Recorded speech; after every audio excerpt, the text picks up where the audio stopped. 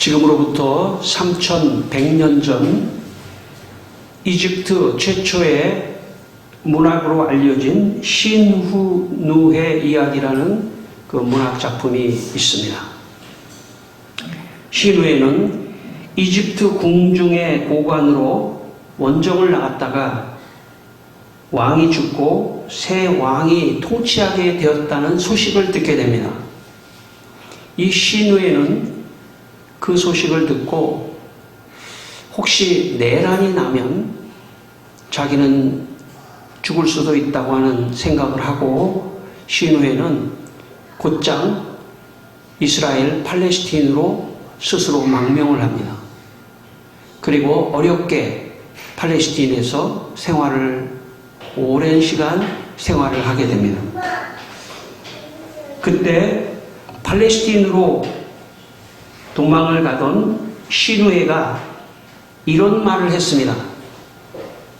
내 가슴은 뛰었고 두 팔은 기운 없이 축 늘어졌고 온몸이 사시나무처럼 떨렸다. 나는 몰래 빠져나와 숨을 곳을 찾았다. 신후에는 팔레스틴을 돌아다니다가 세월이 많이 흘렀습니다. 그러던 어느 날 이집트 왕이 신후에게 칙령을 내렸습니다. 그 칙령의 내용은 이런 내용입니다. 너는 다시 이집트로 돌아오너라. 국내 대신들과 다시 어울리게 되리라. 너의 미라는 금으로 입힐 것이며 머리 부분은 하늘색 나는 보석으로 입힐 것이다. 너는 양가죽에 쌓여 묻히지 않을 것이다. 그러니 너의 장례식을 생각해서라도 이집트로 돌아오너라 하는 칙령을 내렸습니다. 당시 문화에서 왕이 장례를 잘 치루어 준다는 말은 내가 너를 인정한다 그런 뜻입니다. 이 말을 듣고 신후에는 오랜 세월 방랑하고 떠돌다가 마침내 이집트로 돌아가서 왕 곁에서 왕을 모시다가 죽었다는 그런 문학 이야기입니다. 이집트 사람들이 가장 좋아하는 문학이 바로 이 신후의 이야기입니다. 그리고 가장 오래되고 가장 이집트의 최초의 문학 작품입니다.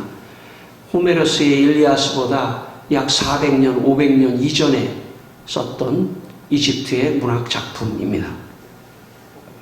당시 이집트 사람들이 이 신후의 이야기를 좋아했던 것은 신후의 지혜와 판단 때문이었습니다.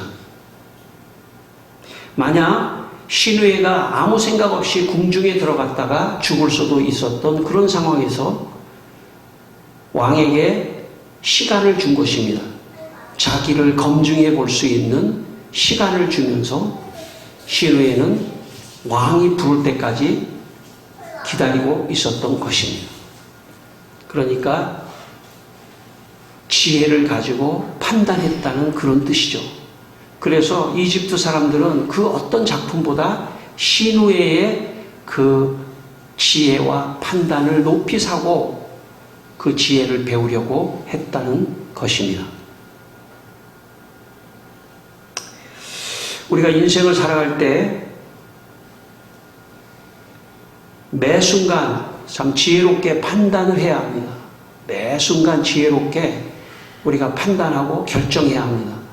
사실 우리의 삶이 얼마나 급박한지 한 번 판단을 잘못하면 참 나락으로 떨어질 수도 있는 그런 인생길을 가고 있습니다. 정말 살얼음 같은 판을 걷는 것 같은 그런 인생길을 살아가고 있다고 해도 과언이 아닙니다.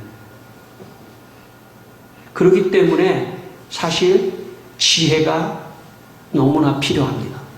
지혜롭게 판단할 수 있는 그 판단력, 지혜, 이것이 오늘 우리의 삶을 윤택하게 하고 성공적으로 이끄는 핵심이라고도 말할 수가 있습니다.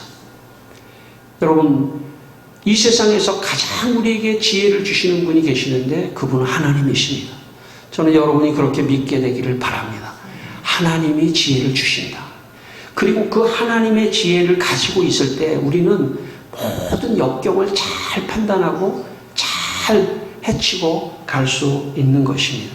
야고보서 1장 5절에 너희 중에 누구든지 지혜가 부족하거든 모든 사람에게 후히 주시는 하나님께 구하라 그리하면 주시리라 라고 말씀하셨습니다. 여러분 지금 오늘 예배를 드리면서 여러분의 마음속에 하나님 나에게 지혜를 주십시오 하는 어떤 그런 마음을 여러분 가지시고 말씀을 듣게 되시기를 바랍니다. 오늘 본문 11절 말씀을 한번 읽겠습니다. 11절 말씀, 본문 11절 말씀 읽겠습니다. 같이 읽습니다. 그 일라 사람들이 나를 그의 손에 넘기겠나이까 주의 종이 들은 대로 사울이 내려오겠나이까 이스라엘의 하나님 여호와여 원하건대 주의 종에게 일러 주옵소서 하니 여호와께서 이르시되 그가 내려오리라 하신지라. 아멘. 여러분 오늘 본문의 이야기는 어떤 이야기냐면 다윗이 그일라라고 하는 지역에 그의 일행 600명과 함께 사울을 피신하여 있었습니다. 그런데 사울이 그일라에 다윗이 있다는 소식을 듣고 다윗을 잡으러 오겠다 하는 그런 소식이 들렸습니다. 이때 다윗이 하나님께 물었습니다. 하나님 정말 다윗이 이 그일라로 나를 잡으러 올 겁니까? 어떻게 사울이 올 겁니까? 안 올 겁니까? 좀 가르쳐 주십시오 라고 다윗이 하나님께 물었습니다. 그러자 하나님께서 어떻게 말씀하셨냐면 사울이 너를 잡으러 그일라로 올 것이다 이렇게 말해 주었습니다. 여러분 이 다윗이 위기가 왔을 때 가장 먼저 찾은 것은 하나님입니다. 하나님 사울이 나를 지금 이곳으로 잡으러 올 겁니까? 그때 하나님께서 사울이 온다 피하라 라고 하는 말씀을 주셨습니다. 우리가 이 세상을 살아갈 때 내가 내 판단으로만 살아가다 보면 부족함이 너무나 많습니다.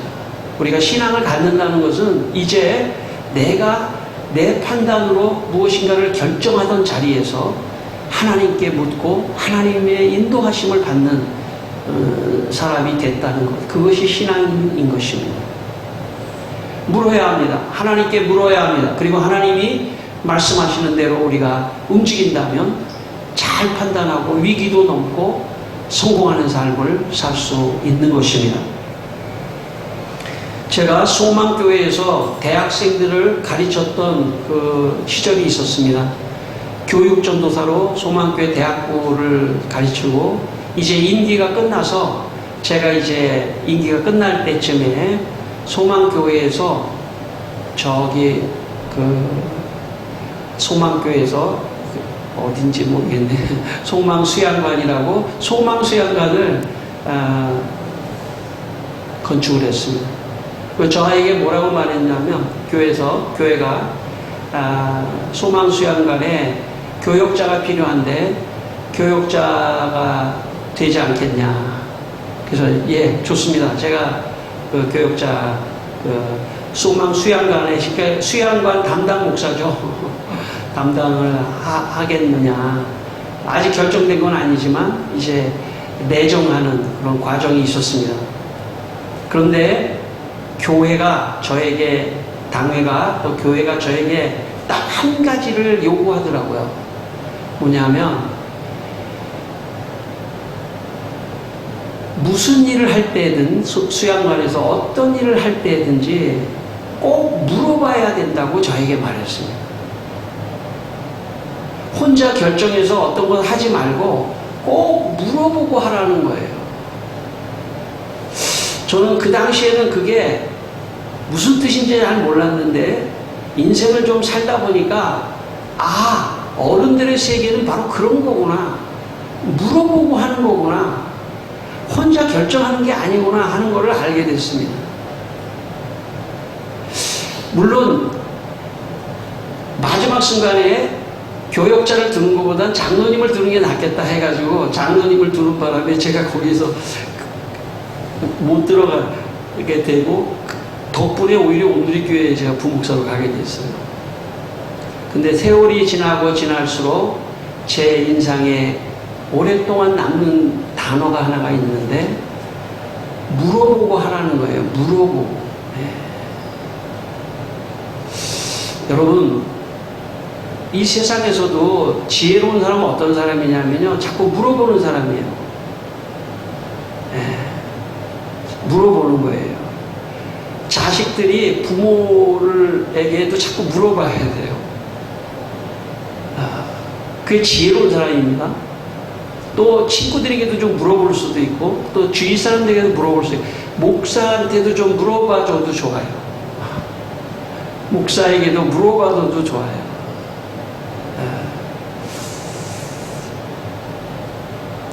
물어보면 유익합니다. 물어봐서 지혜를 얻을 수도 있고 판단력을 얻을 수도 있습니다. 그런데 사람에게 하물며 물어봐도 어떤 판단력을 얻을 수 있는데 하나님께 물어본다고 하는 것은 놀라운 판단력과 지혜를 얻는 것입니다. 여러분, 하나님에게 자꾸 물어보게 되기를 바랍니다. 하나님, 지금 제 사정이 이런데요, 어떻게 하면 좋죠? 이렇게 자꾸 물어봐야 돼요. 하나님께 물어봐야 돼요. 그게 지금 다윗입니다. 다윗의 특징은 무엇냐면 물어보는 사람이에요. 네. 여러분, 다윗을 성경은 뭐라고 말하면 굉장히 지혜로운 사람이라고 말을 합니다. 오늘 본문 전에 사무엘상 18장 5절에 다윗은 사울이 보내는 곳마다 가서 지혜롭게 행하매 사울이 그를 군대의 장으로 삼았더니 온 백성이 합당히 여겼고 사울의 신하들도 합당히 여겼다. 사무엘상 18장 14절에도 이렇게 말씀합니다. 다윗이 그의 모든 일을 지혜롭게 행하니라. 여호와께서 그와 함께 계시니라. 그러니까 다윗이 다른 사람이 볼 때 너무 지혜로운 거예요. 사울이 아무리 다윗을 죽이려고 해도 시기가 질투가 나고 쟤를 다윗을 살려두면 자기 왕권을 뺏을 것 같은 마음 때문에 다윗을 쫓아가서 죽이려고 아무리 해도 다윗은 싹싹 빠져나가는 거예요. 아, 다윗의 지혜가 어디서 있길래 저 판단력, 저 지혜, 저 지혜가 어디서 나올까? 그 지혜는 다윗이 날마다 어떤 위기 속에 왔을 때 하나님을 향해서 끊임없이 물었다는 거예요.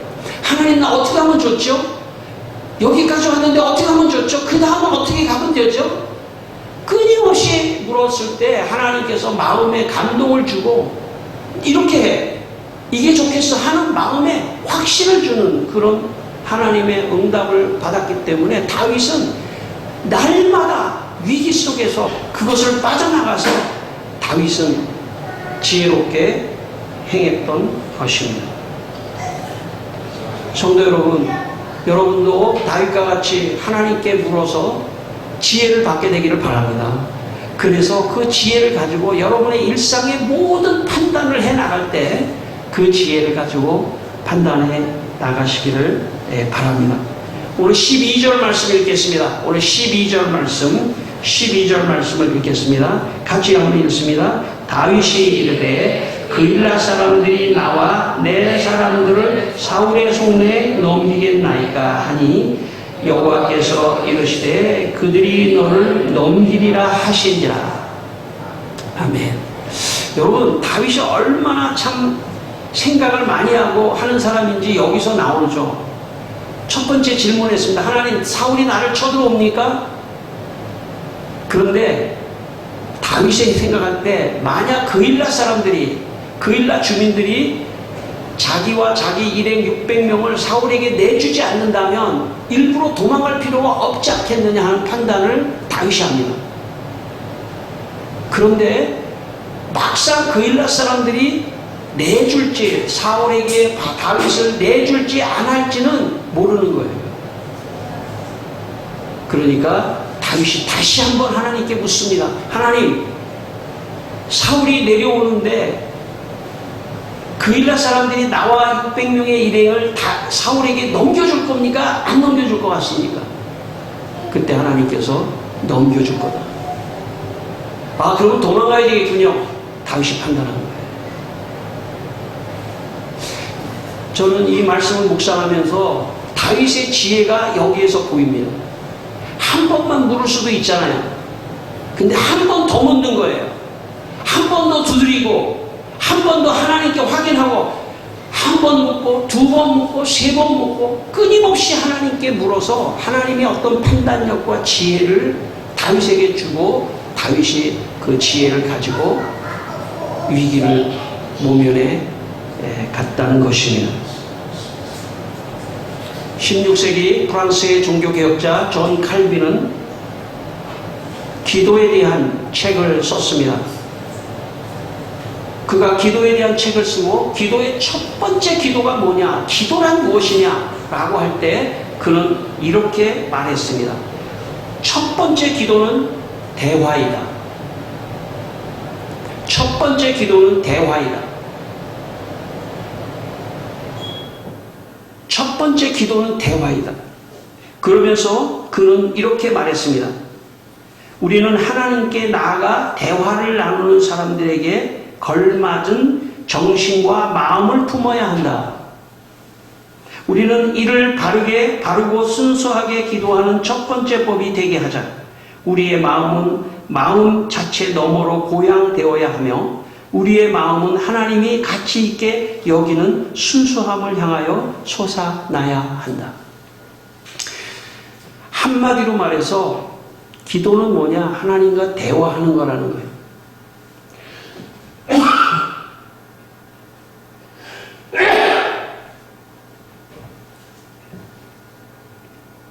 네, 죄송합니다. 칼빈은 기도는 대화라고 말했습니다. 하나님은 살아계신 인격적이신 분이기 때문에 우리와 대화할 수 있는 분이에요. 기도는 대화예요. 우리가 보통 기도하면 내가 뭔가를 막 간구하고 막 구하고 막 그런 거를 우리는 그런 것만 기도로 생각하는데 사실 기도의 본질은 대화라는 거예요. 그러니까 오늘 다윗이 하나님께 물었다고 하는 것은 기도했다는 뜻입니다. 하나님께 물었다, 대화하는 거예요. 여러분, 그래서 사실은 기도라고 하는 것이 어쩌면 가장 어려울 수도 있지만 가장 쉬울 수도 있어요. 어느 곳에서든지 기도할 수 있기 때문에 길을 걸어가면서도 하나님, 지금 우리 가정에 이런 문제가 있고 이런 상황이 있습니다. 어떻게 하면 좋습니까? 하나님 판단력을 주십시오. 이건 기도입니다. 이렇게 대화하는 거죠. 그런데 여러분, 대화라고 하는 거는 친근한 사람하고 좀 하는 거예요. 친근하지도 않은데 대화를 잘 할 수가 없어요. 여러분, 하나님하고 좀 친근하게 되기를 바랍니다.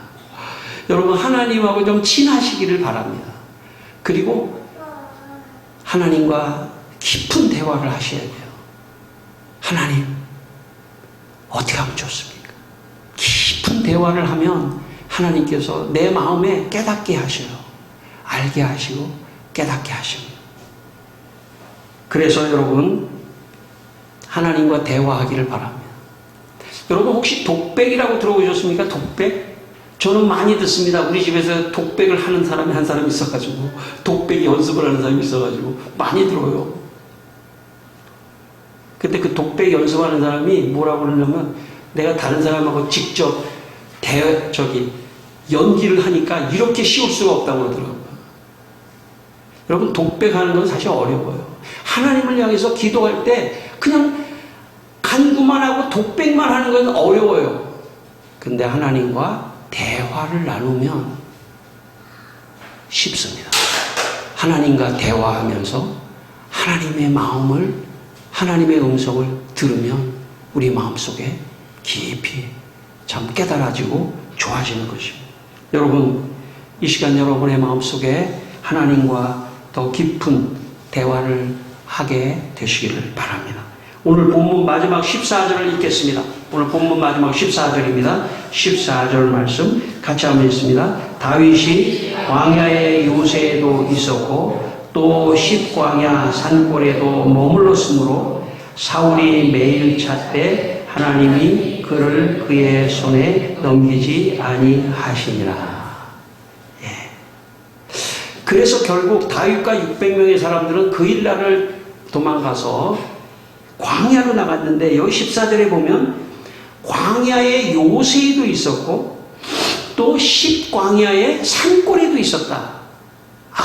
다윗이 광야로 도망가면서 광야의 요새만 있으면 사울이 또 그 요새를 덮칠까봐 장소를 자꾸 이동하는 거죠. 전술적으로. 십광야로 나가서 산골에 들어갔다가 광야의 요새로 갔다가. 이게 지혜입니다. 이게 판단입니다. 우리가 인생을 살면서 하나님께 물으면 지금은 너 여기가 이렇게 하는 게 좋겠어. 이렇게 처신하는 게 좋겠어. 이렇게 하는 게 좋겠어. 그렇게 가면 위기를 넘어갈 수 있어요. 그런데요, 내가 판단하잖아요.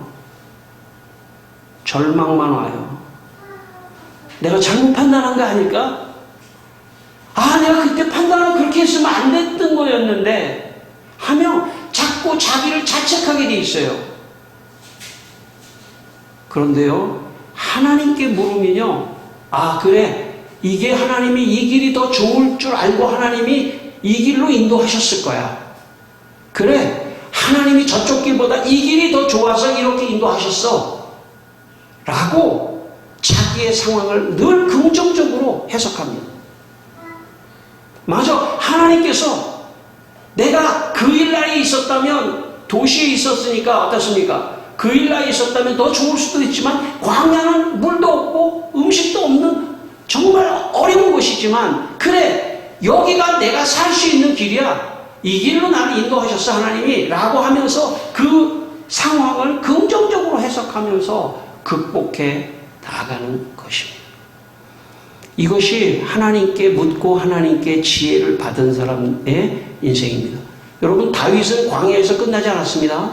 결국 사울이 이렇게 하다가 블레셋과 전쟁을 통해서 사울이 죽고 많은 사람이 다윗을 왕으로 당시 영입해서 다윗은 예루살렘으로 들어가 왕이 됩니다. 잠시 광야에서 고난 속에 있었지만 그는 하나님께 물었을 때 하나님께서 그의 길을 인도하셨다는 것입니다. 1890년 조선의 의사로 선교사로 온 윌리엄 제임스 홀이라고 하는 선교사가 계십니다. 당시에 평양은 기독교인들을 무척 핍박을 했습니다. 그래서 거기서 선교를 하다가 쫓겨나서 서울로 가게 됐습니다. 그런데 길을 가다 보니까 어떤 사람이 강도를 만나서 죽어가고 있었습니다. 제임스 홀의 마음속에 나도 지금 빨리 급해서 서울로 가야 되는데 그 강도를 보는 순간 하나님께 물었습니다. 하나님, 어떻게 하면 좋겠습니까? 하나님께서 이렇게 말씀하셨습니다. 당연하지.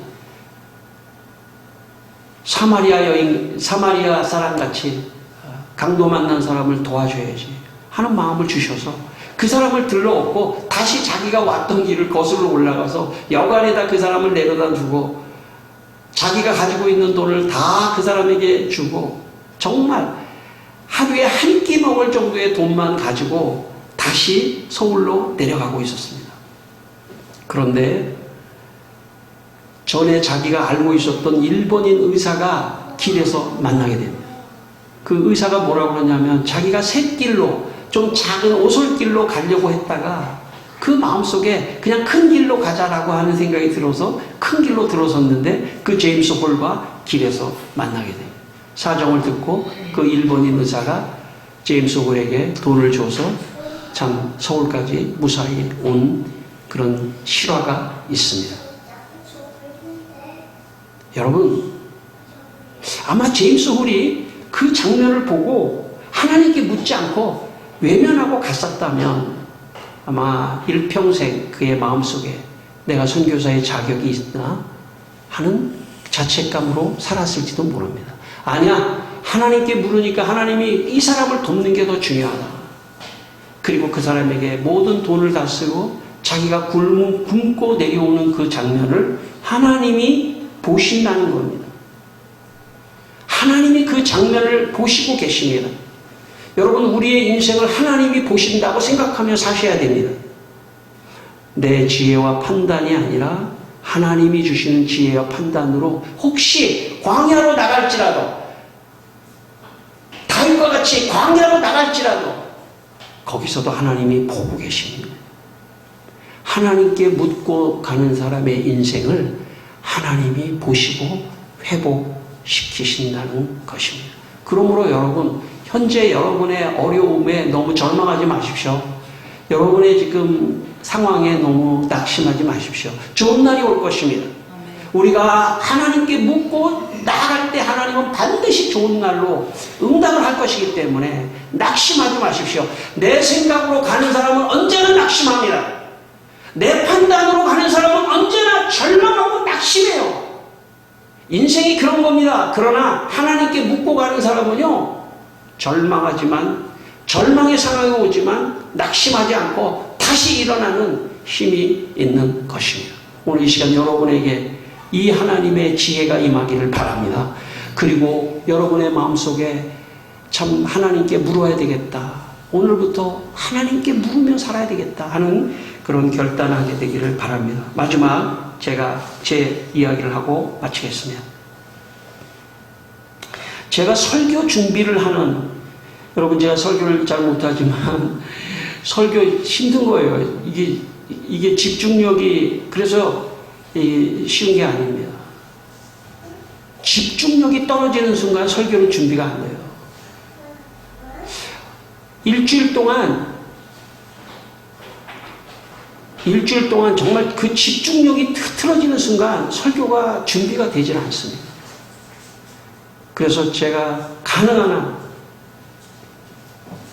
사람도 안 만나요, 잘. 집중력이 떨어질까 봐. 오늘 지금 이 시간에 내가 여기서 설교를 하고 딱 내려가는 순간부터 있죠. 다음 주 설교를 하나님께 묻습니다. 하나님, 다음 주 설교 본문 어디입니까? 제가 정할 수도 있겠죠. 그런데 제가 정하면요, 설교 의욕이 안 생겨요. 설교를 준비할 의욕이 생기지 않더라고요. 하나님, 다음 주 설교 본문이 뭡니까? 그러면 오늘이 주일이잖아요. 그럼 주일날 오후부터 시작해서 저녁에 잠자기 전까지 다음 주 설교 본문이 나에게 딱 떨어지면 너무 기뻐요. 근데 오늘 저녁에 잠잘 때까지 설교 본문이 생각 안 나면요, 꿈속에서도 물어요. 하나님, 다음 주 설교가 뭡니까? 이 설교를 듣고 우리 성도들이 낙심하고 힘들고 어렵지만 이 말씀, 생명의 하나님의 말씀을 듣고 일어날 생명의 말씀 뭡니까, 주님? 꿈속에서도 받아요, 내가. 그래서 이제 설교 본문을 받잖아요. 그럼 그 설교 본문을 묵상해요. 하나님, 설교 본문 속에서도 여러 가지 각도의 메시지가 있잖아요. 그런데 오늘 지금 창문교회 성도들이 이 본문 속에서 어떤 말씀을 들어야 낙심되던 영혼이 살아나고 새롭게 소생될 수 있습니까? 뭡니까, 이 본문에서? 또 묻습니다. 그러면 주님께서 말씀하셔요. 이거다 라고 깨닫게 하셔요. 그러면 너무나 기뻐요. 하나님, 도입예화 뭡니까? 도입예화 뭡니까? 시작하는 예화가 어떤 거 하는 건 좋습니까? 주셔도. 예. 그리고 하나님, 여러분 그냥 그렇게만 가면은 안 되고 제 일상에서 일어났던 간증 중에 혹시 이것과 연결되는 게 있으면 생각나게 해주십시오. 정말 아무 생각이 없었는데 그렇게 물으면요, 갑자기 생각나게 생각나게 하셔요. 생각도 못하는 이야기들이 생각나게 하셔요. 그렇게 말씀을 묵상하다 토요일 같은 날은, 토요일 날은 전화도 다 끊어놓고요. 예, 하나님께 한 10시간, 한 12시간 설교 준비를 하면서 묻고 또 묻고 또 묻고 한 문장을 써놓고 그 다음 문장은 뭡니까? 그 다음 문장은 뭡니까? 묻고 또 묻고 묻고 또 묻고 12시간 정도 지나면 어느새 원고가 나와 있어요. 여러분, 여러분의 인생의 문제 앞에서도 묻고 또 묻고를 해보시길 바랍니다. 여러분이 당하고 있는 문제 앞에서 하나님, 이 답은 뭡니까? 이거 어떻게 해야 합니까? 라고 묻고 또 묻고 또 묻고 또 물어보시길 바랍니다. 그러면 하나님이 조금씩 가르쳐 주셔요. 그리고 그 가르쳐 주시는 대로 여러분의 인생의 행로를 가시기 바랍니다. 그러면 축복의 길로 가는 거예요. 위기의 강을 건너고 광야를 건너 축복의 길로 가는 것입니다. 여러분, 이 한 주간 동안 여러분의 삶의 문제를 앞에 놓고 묻고 또 묻고 하는, 그래서 지혜를 얻고 나아가시는 여러분 되시기를 주의 이름으로 축원합니다. 기도하겠습니다. 우리 한번 기도하겠습니다. 다 같이 한번 기도하겠습니다. 다 같이 한번 기도하겠습니다. 아버지 하나님, 이 시간에 하나님께 우리가 묻습니다. 우리 성도들의 삶에 지혜를 주십시오. 우리 성도들이 걱정 근심하지 말고 하나님이 어떻게 하면 좋습니까? 이 문제를 어떻게 하면 좋겠습니까? 묻고 또 묻고 또 묻게 하여 주셔서 응답을 주시고 길을 가르쳐 주시고 갈 길을 인도하여 주셔서 하나님이여, 우리 성도들이 아버지 하나님 잘 아버지 하나님 성공적으로 나갈 수 있게 도와주시옵소서.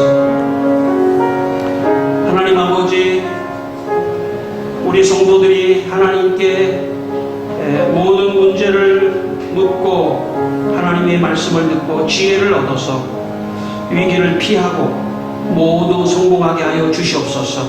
예수님의 이름으로 기도드립니다. 아멘.